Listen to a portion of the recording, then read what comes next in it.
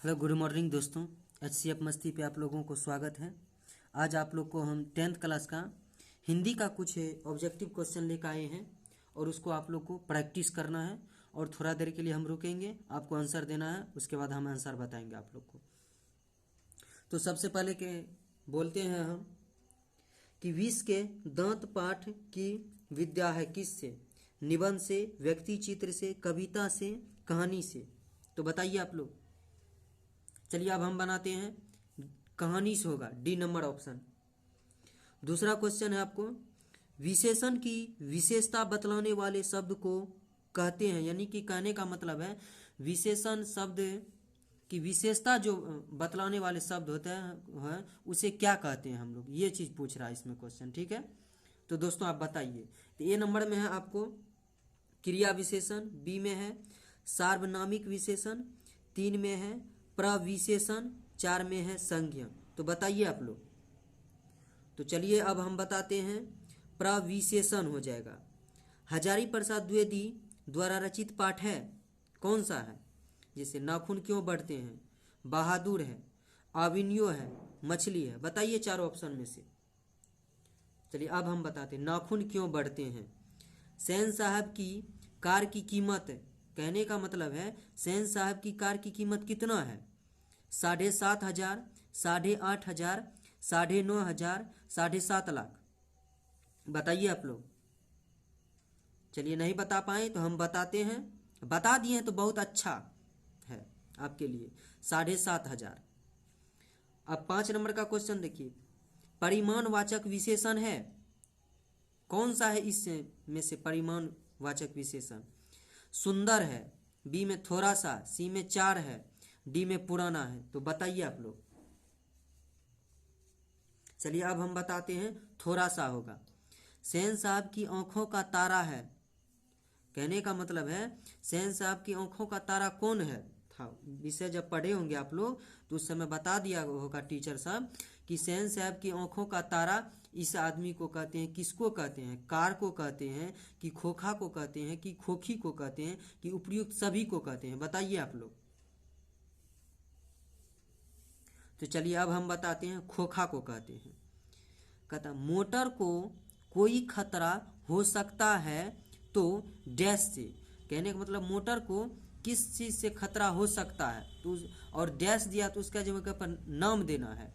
चलो, खोखा, मदन, सीमा और शेफाली, इस चारों में से किसके से खतरा हो सकता है मोटर को? तो बताइए आप लोग। चलिए नहीं बता पाए तो हम बताते हैं, खोखा से होगा। अब कहता है 8 नंबर का क्वेश्चन, बाबा साहेब भीमराव अंबेडकर का जन्म डैश ईस्वी में हुआ था, कहने का मतलब है बाबा साहेब भीमराव अंबेडकर का जन्म किस ईस्वी में हुआ? तो देखिए आप, 1871, 1881, 1861, 1891। बताइए आप लोग। चलिए अब हम बता देते हैं, 1891 में हुआ था। नाखून प्रतीक है, किसका प्रतीक है नाखून? पाशवी वृत्ति का या मानवता का कि प्रेम का कि पौरुष का?